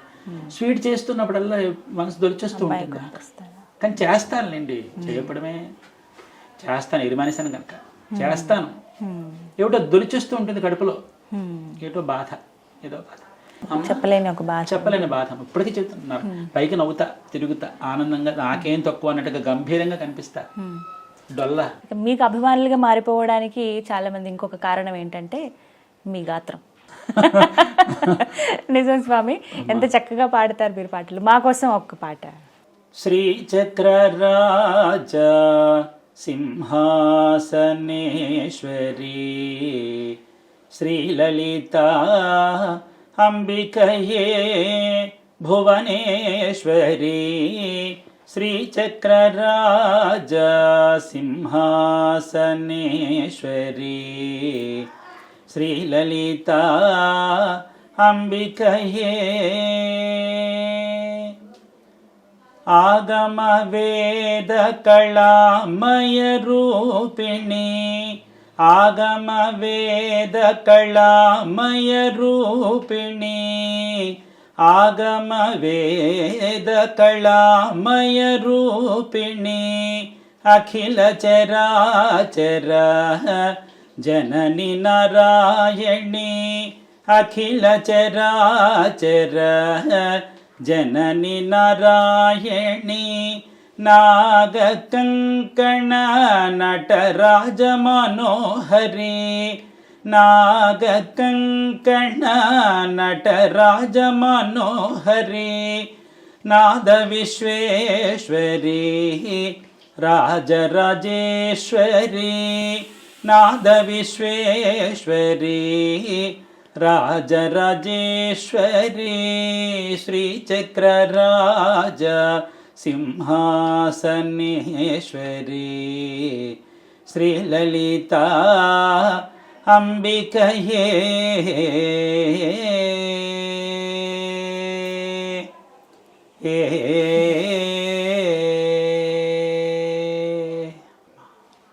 ఎంత చక్కగా పాడారండి, నిజంగా చాలా బాగుంది. సంగీతం రాదు చెప్తున్నాం కదా, నిజంగా రాదండి ఒట్టు. ఎంతవరకు నేర్చుకున్నారు పోనీ? అంటే నేను వర్ణాల దాకా నేర్చుకున్నాను. మరి ఇంకా మాత్రం రోజు పాడుతుండగా అదే పాడతాను, చెబుతున్నాం కదండి. ఇప్పుడు ఒక్కొక్కసారి మానసికంగా జీవితంలో కొన్ని గాయాలు తగిలిన తర్వాత నేర్చుకున్న విద్య మరుపున పడిపోయింది. మళ్ళీ మళ్ళీ కోలుకుంటున్నప్పుడు అవన్నీ చిన్న చిన్న జ్ఞాపకాలు వస్తూ ఉంటాయి. ఆ జ్ఞాపకాలతో పాడిన పాటే తప్ప ప్రావీణ్యంతో పాడిన పాట మాత్రం కాదు. సంగీత రసికులు మన్నించాలి. అయ్యో ఎంత పాట! తమిళం ఒక పల్లవి పాటించాలి. తమిళం. పళని కందసామి அவர் பழமை வந்த சாமி பழனி கந்தசாமி அவர் பழமை வந்த சாமி நாட்டுக்கொரு சாமி அவர் வேத பொருள் சாமி நாட்டுக்கொரு சாமி அவர் வேத பொருள் சாமி சாமி நாட்டுக்கொரு சாமி அவர் நம்ம குரு சாமி வீட்டுக்கொரு சாமி அவர் வேத பொருள் சாமி சாமி நாட்டுக்கொரு சாமி அவர் நம்ம గురు సామి. భలే ఉందండి. మీరు తమిళం మాట్లాడుతున్నా పాట పాడుతున్నా వినసొంపుగా ఉంది గురుగారు, నిజంగా చక్కగా ఉంది. నిజంగా నాకైతే ఇందులోనే ప్రావీణ్యం లేదు. ఉపన్యాసాలకు వెళ్ళేవాడిని నేను. ఆ ఉపన్యాసాలకు వెళ్ళినప్పుడు సుబ్రహ్మణ్య స్వామి వైభవం ఇచ్చి చెప్పేవాడిని. ఒకటే అనుకునేవాడిని, మురుగా నేను ఆ వేదికకి అందరినీ నేను అలరించగలగాలి. శ్రోతలందరూ తమిళంలో చెప్పేవారా? తమిళంలో కొన్ని చెప్పేవాడిని. తమిళనాడు వెళ్ళినప్పుడు మన తెలుగు రాష్ట్రాల్లో తెలుగులో చెప్పేవాడిని. అప్పుడు చైతన్యంగా మాధ్యమంలోకి నేను తెలియదు నాకు. అప్పుడు బోల్డ్ అని కొన్ని వందల ఉపన్యాసాలు ఇచ్చాను సుబ్రహ్మణ్యుడి మీద, ఇక్కడ బయట అన్ని చోట్ల. అయితే నేను వేదిక ఎక్కేవాడు అనుకునేవాడిని, మురుగా నాకేమీ తెలియదు, నా నాలుగు మీద నువ్వే ఉండి ఈ సభని రక్తి కట్టించు అని అనుకునేవాడిని. ఆ విధంగానే నేను వెళ్ళేవాడిని. అది అంత రంజకంగానూ నడిచేది. ఒకసారి గంటన్నర వ్యవధి ఇచ్చేవారు. అది ఒక్కొక్కసారి అనుకోకుండా 4 గంటలు చెప్పినటువంటి రోజులు కూడా ఉన్నాయి. ఎలా చెప్పానో నాకే తెలియదు. భగవద్ అనుగ్రహం లేకపోతే ఏది జరగదండి. భగవద్ సుకృతం ఉండాలి, అనుగ్రహం ఉండాలి, అంతే. తెలిసిందా? మోగవాడు కూడా మాట్లాడతాడండి. నేనెంతండి. 20 ఏళ్ల నుంచి స్వామిని ఆరాధిస్తున్నారు ఇలా విగ్రహం రూపంలో. నిదర్శనాలు ఏమైనా ఉన్నాయి ఆ స్వామి వారికి సంబంధించి? అంటే చాలా నిదర్శనాలు ఉన్నాయి. చాలా అంటే చాలా నిదర్శనాలు ఉన్నాయి. ఒక్కొక్కసారి బాలుడు రూపంలోనే మా కళ్ళకు కనిపిస్తూ ఉంటాడు. అమ్మ అమ్మ అని పిలుస్తున్నట్టుగాను, మా ఆడవారిని అమ్మ అమ్మ అని పిలుస్తున్నట్టుగాను, ఒక్కసారి మాతో పిల్లాడు ఆడుతున్నట్టుగాను మాకు అనిపిస్తూ ఉంటుంది. ఒకసారి లేలోమో అనుకుంటాం, కానీ అది లీల కాదు అని మాకు అర్థం అవుతూ ఉంటుంది. అందరూ అన్ని నమ్మాలని ఏం లేదనుకోండి, కాదని నన్ను.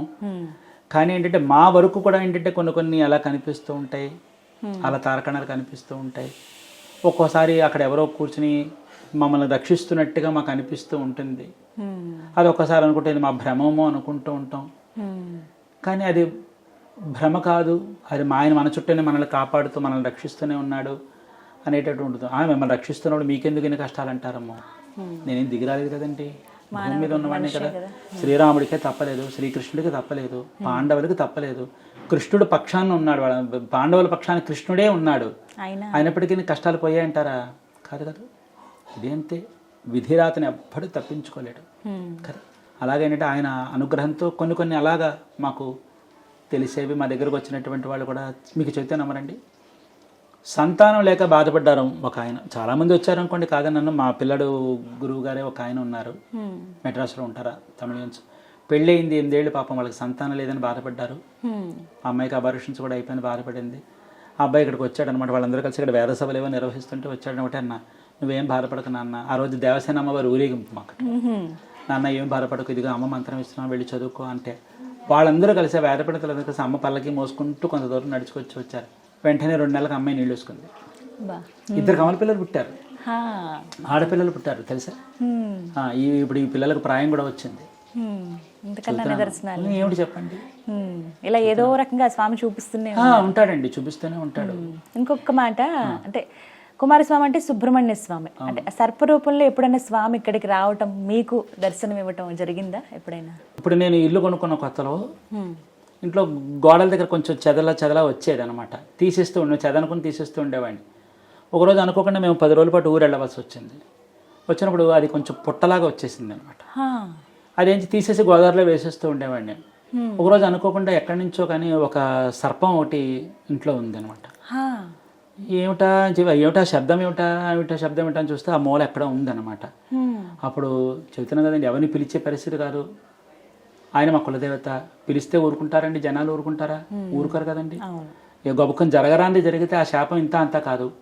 అప్పుడు ఆ బలంగా ఏం చేస్తానండి, దండం పెట్టుకుని ఆయన నీకు దండం పెడుతున్నాను, నన్ను ఏం చేయకని చెప్పి భయపడుతూ జాగ్రత్తగా తీసేసి ఓ సంచిలో వేసేసి నేనే పట్టుకుని అది సంచిలో వేసేసి ఇల్లు చుట్టుపక్కల అన్ని అంటుకుపోయి, మీరు చూసారు కదా మా ఇళ్ళు కాశీ సందులు, కాశీలో ఎలా ఉంటుందో మాకు అలాగే ఉంటుంది. అన్ని అతుక్కుపోయిన ఇల్లు, చిన్న ఇల్లు ఇది.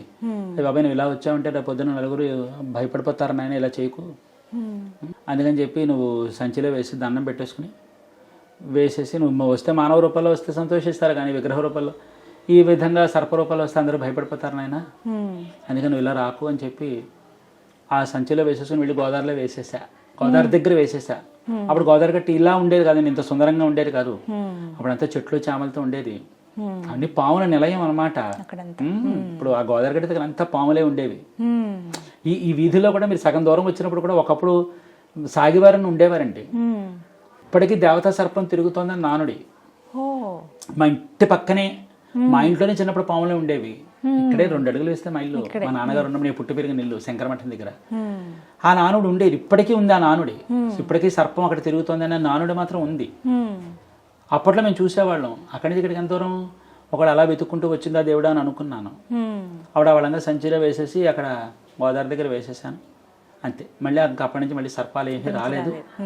కానీ చెప్పానుగా, బాలుడు రూపంలోనే నేను స్వామిని తెచ్చుకుని వచ్చాను. ఓహో ఆనాడు అలా వేశాను, నా కోసం ఈ విధంగా వచ్చామన్నమాట అని నన్ను నేను సమాధాన పరుచుకుంటాను అన్నమాట. అలా దొరికిన విగ్రహమే అండి ఇది? మీరు చేయించిన విగ్రహం? ఇది నేను చేయించుకున్నాను. అలా దొరికిన విగ్రహం లోపల పెట్టాను, కొన్నాళ్ళు దాన్నే చేశాను.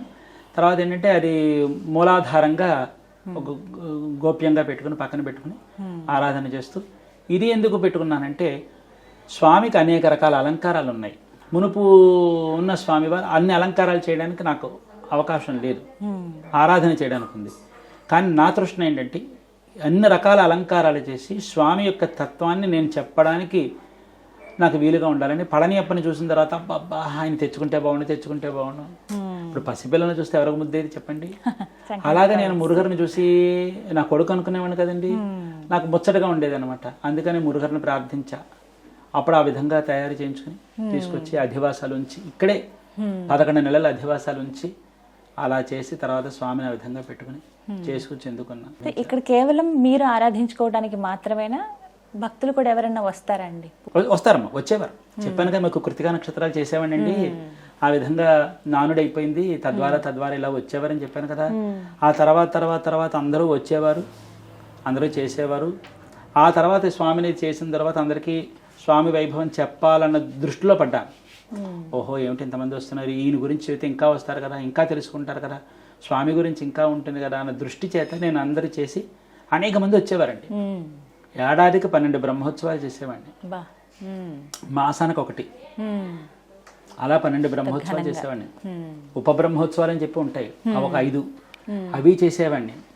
ప్రతి మాసం కృతికా నక్షత్రము, తర్వాత పుష్యమి, ఆశ్లేష, ఆరుద్ర, విశాఖ, మూల, అమావాస్య, పౌర్ణమి, ప్రదోషం అంటారు, త్రయోదశి నాడు జరుగుతుంది. శుద్ధ త్రయోదశి, బహుళ త్రయోదశి. ఈ ప్రదోషాలు ఇవన్నీ విపరీతంగా చేసి అందరికీ వచ్చిన వాళ్ళందరికీ అన్నం పెట్టేవాడిని. తెలిసి అందరికీ భోజనం పెట్టి, పైగా మారుబడ్డన పడాలి. అలా కొసరి కొసరి వడ్డిస్తే నా కోపం వస్తుంది. అంటే కన్న తల్లిలా పెట్టాలి, అది కదండి తృప్తి కదండి. అలా చెప్పినప్పుడు పాప అనేవారు, రాత్రిపూట భోజనాలు కొన్ని రోజులు ఉండేవి మాకు. పగల భోజనాలు కొన్ని సందర్భాల్లో, రాత్రి భోజనాలు కొన్ని సందర్భాల్లో. షష్ఠులకి అన్ని పెట్టేవాడిని, నక్షత్రాలు, షష్ఠులు, తిథుల ప్రకారం పెట్టినప్పుడు అనేవారు, మాకు నిజంగా ఆకలి లేదండి, మీ చేతితో పెడుతుంటే మా అమ్మ గుర్తుకొచ్చి నేను తింటున్నాను అనేవారు. ఇంతకన్నా తృప్తి ఏం కావాలి చెప్పండి. అలా పెట్టినటువంటి రోజులు చాలా ఏళ్ళు, కరోనా ముందు వరకు కూడా జరిగింది. కరోనా తర్వాత ఇంకా వ్యవస్థ మళ్ళీ నడవలేదు. మళ్ళీ నడుపుతారా అంటారమ్మో, ఈశ్వరేచ్ఛ, ఆయన ఇష్టమే, ఆయన అనుగ్రహం ఉంటే. ఇలా జరగాలి అని నేను అనుకోలేదు, ఇలా ఆగుతుందని అనుకోలేదు. గురుగారు, మీరు పెట్టిన అన్ని వీడియోస్ ఆసక్తికరంగా ఉంటాయి. రెమోలాగా ఒక వీడియో చేశారు. అసలు ఎందుకు ఆలోచన వచ్చింది ఇలా వీడియో అంటే చెయ్యాలి అనే ఆలోచన రావడం? రాగానే అంటే మీ ఆలోచనేనా, ఎవరైనా చెప్తే చేశారా? అప్పుడు మీ అనుభూతి ఏమిటి, ఏమనిపించింది? అది నాదేనండి ఆలోచన, అది నాదే ఆలోచన. అంటే దానికి కూడా కొంత లోతైనటువంటి కారణం ఉంటుంది. 20 ఏళ్ల తర్వాత నేను అప్పుడు ప్యాంట్ షర్ట్ వేసాను, నమ్ముతారన్నమాట. 20 ఏళ్ల తర్వాత మళ్ళీ నేను అప్పుడే ప్యాంట్ షర్ట్ వేసాను. అంటే మీ కాలేజ్ డేస్ లో మీరు అలాగే ఉండేవాళ్ళ? ఖచ్చితంగా ఉండేవాడిని. అబ్బో, కాలేజీ డేస్ లో ప్యాంట్ షర్ట్, షూ, ఇన్షర్ట్ లేకపోతే బయటకు వెళ్ళామని కదా నేను. అంటే హెయిర్ స్టైల్ అవన్నీ అలాగే? హెయిర్ స్టైల్ అంటే అప్పుడు పోలీస్ క్రాఫ్ ఉండేది నాది. ఆ పోలీస్ క్రాఫ్ అది ఉండేది. మంచి స్టైలిష్ గా సైకిల్ తొక్కడాలు, నడవడాలు, షూకి నాడ వేయడాలు, కిర్రికిరిమని చప్పుడు రావడాలు మార్చేసేవాడిని అనమాట. విధానం అంతా మార్చేసేవాడిని అనమాట. చాలా ఇంకా స్టైలిష్గా ఇలా ఉండేవాడిని అనమాట. అయితే మా పిల్లల్ని నేను వేద పాఠశాలలో వేసినప్పుడు ఎవరికెవరు చెప్పారండి, మన మనసే మనకి న్యాయ నిర్ణేత. కరెక్ట్. అది మా పిల్లల్ని వేద పాఠశాలలో వేసా. మా పిల్లల్ని నేను అన్ని చిన్న చిన్న పిల్లలు అప్పుడే వెయ్యాలి. ఒక ప్రాయం వచ్చిన తర్వాత వేస్తానంటే విద్య ఆ శిక్షణ సరిపోదు. 7 ఏళ్ళు 8 ఏళ్ళు ఆ ప్రాయంలో వేసేయాలి పిల్లల్ని నేను. అప్పుడు నేను పిల్లల్ని పంపించాలి, తప్పదు. పురోహితం మా కులవృత్తి, ఆ ప్రకారం నేను పిల్లల్ని పంపించాలి, నా దగ్గర ఉంచుకుంటే కుదరదు అని చెప్పి ఎప్పుడైనా భవిష్యత్తు ఇవ్వాలని చెప్పి పంపిస్తున్నప్పుడు నేను అనుకున్నా, పిల్లలు వెళతారు, పొద్దున్నే చన్నీడి స్నానం చేస్తారు, ఏదో గోచిగుడ్డ కట్టుకుంటారు, అంగాస్త్రం కట్టుకుంటారు, జుట్టు తీసి సిక్కించుకుంటారు, వాళ్ళు పెట్టింది తినాలి, పిల్లలు ఇంత కష్టపడతారు. నేను ఇక్కడ అన్నీ తింటూ నేను ఇలాగ ఉంటే రేపు పొద్దున పిల్లలకి అరే మా నాన్న ఫ్యాషన్గా ఉన్నారు, మనం ఇక్కడ ఉండిపోయాం, మనం అలా ఉండకూడదు, మనం కూడా అలా ఉంటే బాగుండని వాళ్ళ దృష్టి లాగుతుంది. పిల్లల భవిష్యత్తు కోసం నేను ఏం చేశానంటే అప్పుడు నా మొత్తం మానేసా. యథార్థం పిల్లల కోసమే నేను మొత్తం నా విధానాన్ని మార్చేసుకున్నా. ఫలానా వాళ్ళ తండ్రిని అనిపించుకోవాలి, నా పిల్లలు వాళ్ళు కాదు, వాళ్ళ తండ్రిని నేను. పిల్లల చేతిలో ఓడిపోవడంలో ఎంత ఆనందం ఉంటుంది తల్లికి, తండ్రికి చెప్పండి. చూస్తున్నాగా ఆయన కింద ఆయన పైన. మన మీద రూపాయి తెచ్చుకుంటే తండ్రి పొంగిపోతాడు, మనల్ని మించిపోతే తండ్రి పొంగిపోతాడు. పిల్లల చేతిలో ఓడిపోతే తండ్రి ఆనందపడినట్టుగా ఎవరు ఆనందపడ్డారు అంటే తల్లి ఆనందపడుతుంది కాదు నన్ను, కానీ తండ్రికి కొంచెం రాజసం ఉంటుంది కదండి, యజమాని కదా ఇంటికి. తండ్రి కూడా ఓడిపోతాడు పిల్లల దగ్గర. ఎంత దగ్గర క్యారమ్ బోర్డు ఆడుతుంటే పిల్లల చేతిలో ఓడిపోము, చెస్ ఆడుతుంటే ఓడిపోము కావాలని, అవునా కదా. ఏమిటంటారు పాశం. అలాగా పిల్లల కోసం అని చెప్పి నేను నా దృష్టి మార్చేసుకున్నాను. మెడ్రాస్లో సభకు వెళ్ళాను, మా పిల్లలకి వేద సర్టిఫికేట్ సంబంధించిన ఏదో సభ జరుగుతుంది ఒకసారి, అక్కడ ఏదో బహుమానం ఇస్తున్నారు, పేరెంట్స్ రావాలి అన్నారు. నేను మా ఇంటి ఆవిడ బయలుదేరాం, మా పిల్లలు అలా బయలుదేరారు. మెడ్రాస్ వచ్చాం అనమాట. వచ్చినప్పుడు మైలాపూర్ దగ్గర అనమాట.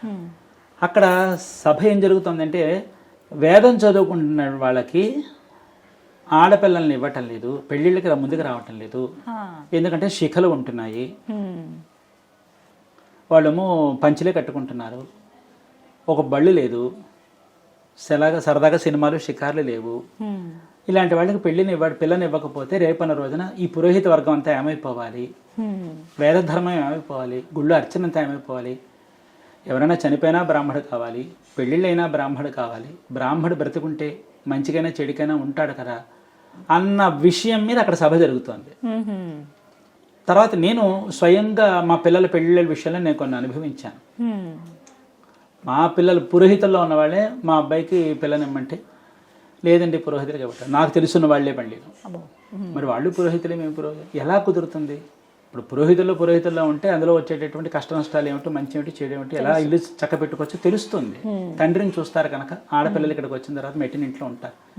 అది తెలియనప్పుడు గబుక్కుని పిల్లలు ఎలా ఉంటారని ఉంటుంది కదా. అలా నేను అనుభవించిన తర్వాత ఏం చేశానంటే, చాలామంది ఒరే రెండురా వేదం నేర్చుకున్న, నా దగ్గర పిల్లలు నేర్చుకున్న వాళ్ళు కూడా, లేదు గురువుగారు మాకు అలా ఉంటే ఎప్పుడు అవ్వటం లేదు అని చెప్పేవారు అనమాట.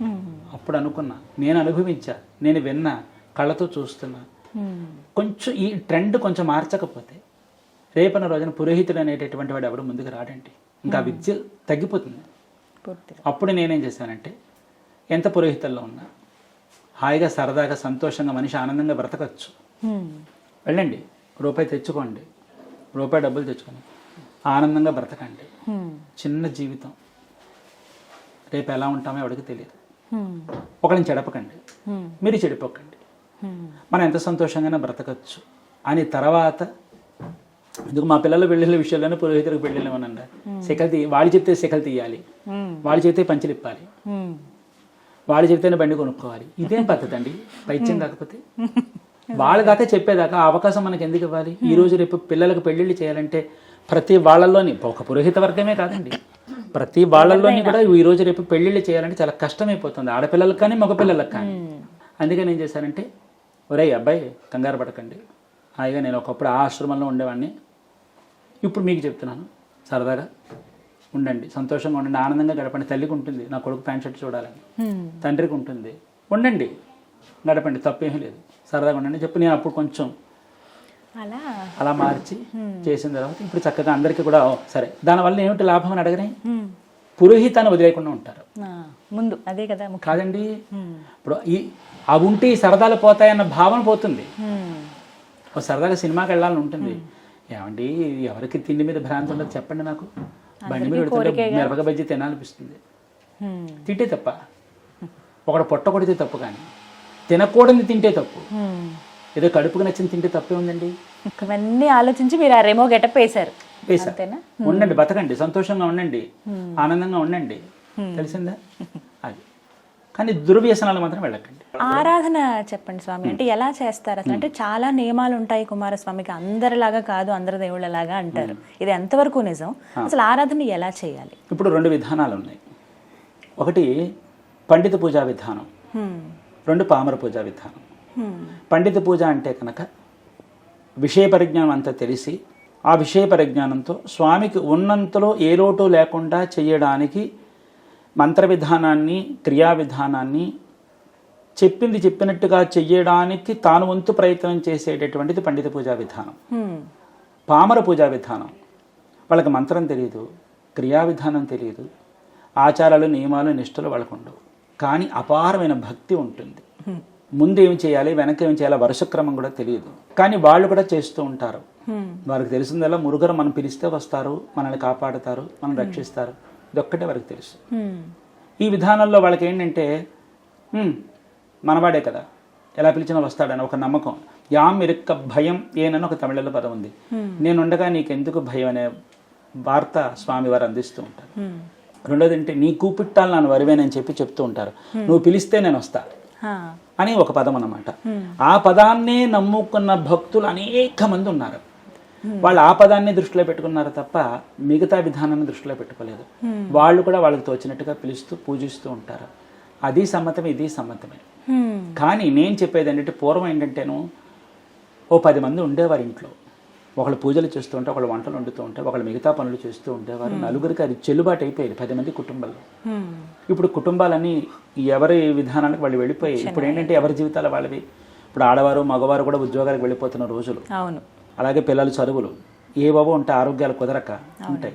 అన్నీ సాగుపడాలంటే అవ్వటం లేదు, కానీ భక్తి ఉంది. కానీ నేనైతే ఒకటి చెప్తా, పామర పూజా విధానాన్ని ఎంచుకోండి.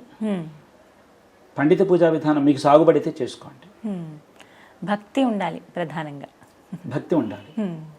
పూజ చేసుకోలేవా, మురుగా నాకు నువ్వు తప్ప దిక్కులేదప్ప, నాకు నువ్వే గతప్ప, కాపాడప్ప అంటే వస్తాడు. తండ్రి ఒరే నువ్వు నాకు 1000 రూపాయలు పెడితే నీ దగ్గరకు వస్తానని ఏ తండ్రి అండవు. నాన్న నాకు కష్టంగా ఉంది రావా అంటే తండ్రి కరిగిపోతాడు కదా. ఆ పాషంలో అయితే పిల్లల్ని పెంచుతామని చెప్పండి నిజమేగా. కదా. ఆ పాషంతో వస్తాడు. అందుకే ఒక కాలు ముందుకు ఒక కాలు వెనక్కి ఉంటుంది. ఇలా పట్టుకుని ఒక కాలు ముందుకు ఎందుకు ఉందంటే ఎవరు తన బిడ్డలు ఆర్తిగా పిలుస్తాడోమోనని తండ్రి కడుపు ఆగక ఒక కాలు ముందు పెట్టి కూర్చుంటాడు. అందుకే దేవేరుడితో వళ్ళీ దైవయాన అమ్మాళ్ళతో కూడా ఉన్నప్పుడు ఒక కాలు పైన ఒక కాలు కింద ఎందుకు పెట్టుకుంటాడు తెలిసిన?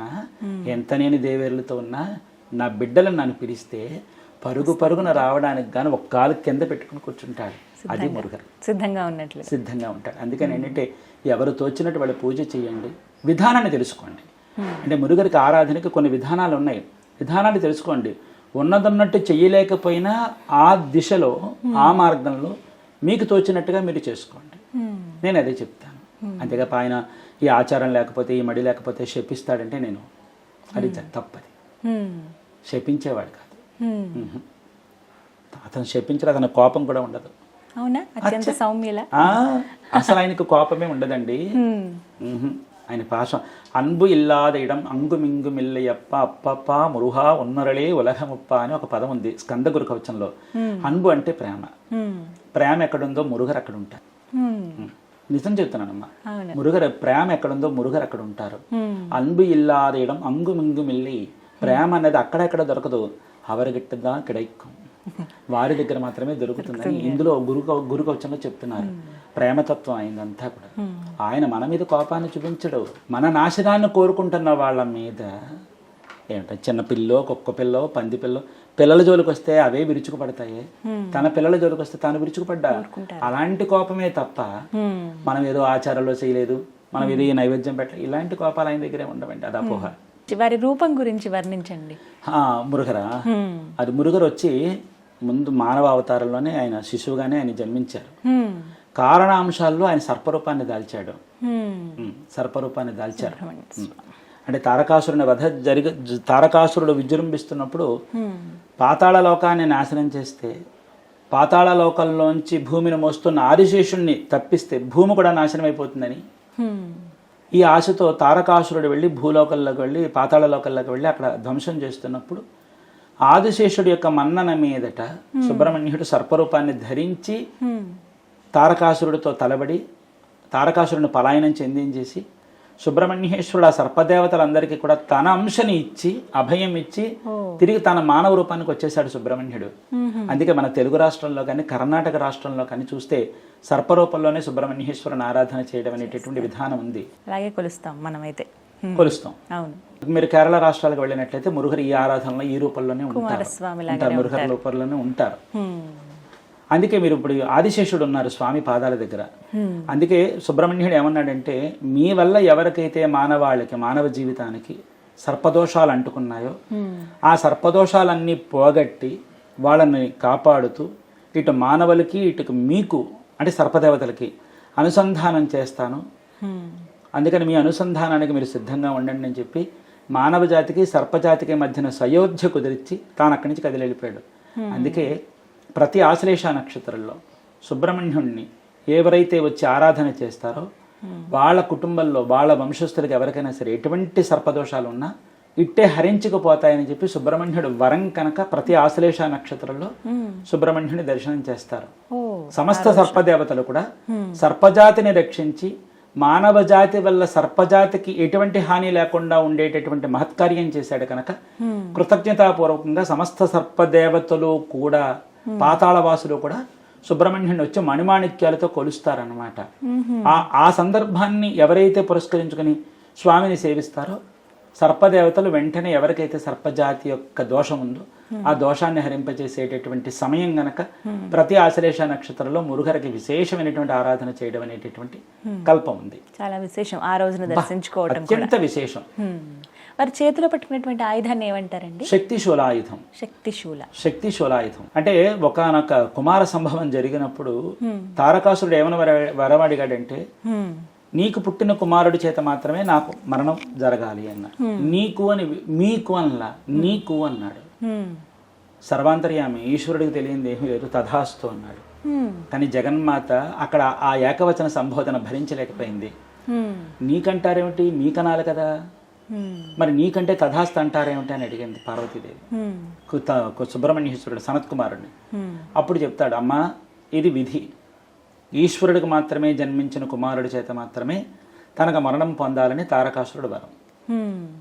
కానీ అది మీకు ఎప్పుడు అవుతుందంటే నీ అంశను నాలో కలిసినప్పుడు నేను పార్వతీ సుతుడినవుతాను. కాబట్టి నీవు నాకు తల్లి అనిపించుకోవడం కోసం నువ్వు ఆరాట పడతావు, నేను నీ కుమారుడిగా అవ్వాలని నేను తపన చెందుతూ ఉంటాను. దీనికి కాలం ఒకటి ఉంది, నువ్వు తపస్సు చెయ్యి, సందర్భం వచ్చినప్పుడు నిన్ను కలుస్తానంటాడు సుబ్రహ్మణ్యుడు. తన తల్లిని అనిపించుకోవడం కోసం, తన పాశాన్ని తన కుమారుడికి అందించడం కోసం ఒక మాతృప్రేమ చేత అల్లాడిపోతూ అమ్మ నాగపట్టణం, తమిళనాడులో తంజావూరు దాటిన తర్వాత నాగపట్నం అని ఒక ఊరు ఉంది. అక్కడ సిక్కల్ అని ఒక కుగ్రామం, సిక్కల్. అక్కడికి వెళ్ళి అమ్మ తపస్సు చేస్తుంది. సిక్కల్ అంటే ఏంటంటే చిక్కులు విడిచేది అని. సిక్కల్ అంటే సమస్య. ఈ సమస్య తనకు పోవాలి, తన తల్లిని కాలేకపోయానే, తన కుమారుడు తన కడుపున పుట్టలేదే అనేటువంటి ఒక బాధ ఇవిని వేధించేస్తోంది. ఎలాగైనా సరే ఈ వేదన పోవాలి, జగత్తుకు రక్షణ కలగాలి అనేటటువంటి దృష్టి చేత అమ్మ పూర్వ దృష్టితో చాలా దృష్టి ఆలోచించి అమ్మ ఏం చేసిందంటే సిక్కలు వెళ్ళి తపస్సు చేస్తోంది. 36,000 యుగాలు తపస్సు చేసింది ఆ తల్లి, మహాతల్లి. ఎన్ని యుగాలు దాటిందో చూడండి. మరి అలా తపస్సు చేసింది. ఆ తపస్సు చేసిన తరువాత సుబ్రహ్మణ్యుడు ఆవిడ దగ్గరికి వెళ్ళేటటువంటి తరుణం వచ్చింది. ఎందుకని అడగరే, తారకాసురుడు ఏం చేశాడో తెలిసిన, తారకాసురుడిని చంపాలంటే తన ప్రాణాలు ఎక్కడైనా రక్షణ పెట్టాలి. ఎక్కడ పెట్టినా సుబ్రహ్మణ్యుడు చంపేస్తాడు. సుబ్రహ్మణ్యుడి నుంచి తప్పించుకోవాలంటే ఏం చేయాలని ఆలోచించాడంటేను ఈశ్వరుడు అంశని తన కంఠంలో బందీగా చేసుకున్నాడు. తన కంఠంలో బందీగా చేసుకుని సుబ్రహ్మణ్యుడు తారకాసురుడు తన ప్రాణాలన్నీ కూడా తన కంఠంలో బందీగా ఉన్న ఈశ్వరుడు పెట్టేశాడు. ఇప్పుడు తారకాసురుని చంపాలంటే ఈశ్వరాంశని చంపాలి. ఈశ్వరుడి మీద చెయ్యి వేసి చంపే హక్కు ఎవరికి ఉంది, ఆ ధైర్యం ఎవరికి ఉంది కనుక పాపం ఆ విధంగా ఆలోచించాడు. ఇది గ్రహించాడు సుబ్రహ్మణ్యుడు. ఇది పార్వతీదేవికి తెలుసు, కానీ పైకి అలా నటించద్దు, మరి తల్లి ప్రేమ కదా. మరి అప్పుడు ఆ బలంగా సుబ్రహ్మణ్యుడు ఏం చేశాడంటే సిక్కలు వెళ్ళాడు. అమ్మా అని పిలవగానే అమ్మ తపస్సులో చేసి ఆ మాట పలకరింపుకు లేచిపోయింది. పులకరించి వచ్చావా అని అడిగింది. అవునమ్మా వచ్చాను. అమ్మా నీ అవసరం వచ్చింది. శివమిల్లామలి శక్తి ఇల్లై, శక్తి ఇల్లామలి శివమిల్లై. శివుడు లేనిదే శక్తి లేదు, శక్తి లేనిదే శివుడు లేదు. శివుడు అర్ధనారీశ్వరుడు. శివుని చంపినంత మాత్రాన్న శివుడి చావడమ్మా. నువ్వు కూడా తన ఆధీనం అవ్వాలి. ఇప్పుడు నీ భర్త మీద నేను అస్త్రం వేస్తే తల్లిగా నీకు కోపం వస్తుంది, భార్యగా నీకు మహా ఉగ్రస్వరూపం అవుతావు. నీ అనుమతి లేకుండా నేను ఆయన ఏమీ చేయలేను. నువ్వు నా వశం అవుతావా, నేను ఆయన హతమార్చి లోకరక్షణ చేస్తాను. అప్పుడు నేను సర్వమంగళ అంబిక. నీ తండ్రి హాలాహలం తాగుతున్నప్పుడు ఆయన నా కేసు ఇలా చూశారు. నేను ఒకటే అన్నా, నేను మంగళాంబికను, నా మాంగళ్య రక్షణ ఎలా చేసుకోవాలో నాకు తెలుసు. జగద్రక్షణ కోసం మీరు చేస్తున్న కార్యానికి జగత్తుని కాపాడగలను, మిమ్మల్ని కాపాడుకోగలను, మీరు కానివ్వండి అని నేను మీ నాన్నకి అభయం ఇచ్చాను. ఇప్పుడు నువ్వు నా కుమారుడివి, నా భర్తను కాపాడుకోవడం తెలుసు, నా కుమారుడికి బ్రహ్మహత్య మహాపాతకం దోషం అంటుకోకుండా ఉండడము నాకు తెలుసు. కాబట్టి నువ్వేం ఆలోచించుకునైనా నేను నీ వశం అవుతున్నాను, కానిచ్చేయండి. అప్పుడు అమ్మ తన తపస్సునంతా కూడా ఒక శక్తిశూలాయుధముగా ఇచ్చి కుమారుడికి ఇచ్చి, ఇప్పుడు మీకు ఒక మాట చెబుతాను చూడండి. తల్లి బిడ్డ ఇంటికి వచ్చినప్పుడు వాడు ఊరు వెళ్ళిపోతున్నాడు, వాడికి అన్నం పెడుతుంది. పెడితే ఏం చేస్తుందంటే, నువ్వు నాన్న రైల్లో నీకు ఆకలిస్తుందో మరా, ఈ రెండు తినని చెప్పి పొట్లం కట్టి ఇస్తుంది. అంటే తల్లి పాశం ఏంటంటే, నువ్వు వాడు ఎక్కడ ఆకలంటే పిల్లాడు అల్లాడిపోతాడమోనని ఆ పాశం చేత వాడికి కొంచెం పొట్లం కట్టిస్తుంది. దారిలో ఆకలిసినప్పుడు తింటాడు. అమ్మ తిన్నానే అంటాడు. పోలే నాన్న అంటుంది. తల్లి ఆకలి, బిడ్డ ఆకలి తల్లికి తెలుసు కదా. తన శూలాన్ని ఇచ్చినా తిరుగులేదని తెలిసినా తల్లి పాశం చేత ఎక్కడైనా తన కుమారుడికి శక్తి తగ్గుతుందేమో అని ముందుగా ఆలోచించి అమ్మాయి తనలో ఐక్యమైపోయింది. చూడండి ఆ పాదమస్తమం. అప్పటి నుంచి ఆయన శక్తి శూలధరుడు అయిపోయాడు. అందుకే ఆయన మొహం చూడండి పార్వతీదేవిలా ఉంటుంది. చూడండి మీరు కూడా చూడండి, ఆయన ముఖం ముమ్మూర్తల పార్వతీ స్వరూపం, శక్తి స్వరూపం. అప్పటి నుంచి ఆయన శక్తి శూలధరుడు, పార్వతీ ప్రియసుతుడు, ఏమ్మా శక్తిపుత్రుడు అనేటటువంటిది అష్టోత్తరనామాలో శక్తిశూలధరాయ నమః అని పేరు వచ్చింది. శక్తిశూలాన్ని ధరించినంత మాత్రమే శక్తిశూలధరుడుగా కాకుండా ఆపాద మస్తకం కూడా తానే నిండి నిమిడీకృతం అయిపోయింది. ఆ విధంగా ఆయన తారకాసురుణ్ణి భజిస్తుంటే అప్పుడు అమ్మ అంటుంది, ఒక్క నిమిషం ఆగండి, నేను నీలోకి ఐక్యమైపోతాను కదా, ఈలోగా చెయ్యి ఇలా కొట్టి అష్టదిక్పాలకల్లారా ఇలా రండి. సుబ్రహ్మణ్యుడు ఈశ్వరుని హతమారుస్తాడు. ఈశ్వరుని హతమారిస్తే జగత్తంతా ధ్వంసం అయిపోతుంది. ఈశ్వరుడు మరణించాడన్న వార్త పొక్కకుండా ఈశ్వరుడు అమరుడైపోయాడు అనేటువంటి వార్త రావాలి. కాబట్టి మీరందరూ ఏం చేస్తారంటే చుట్టూ ఈ జగత్తంతా కూడా కాపలా కాసేయండి.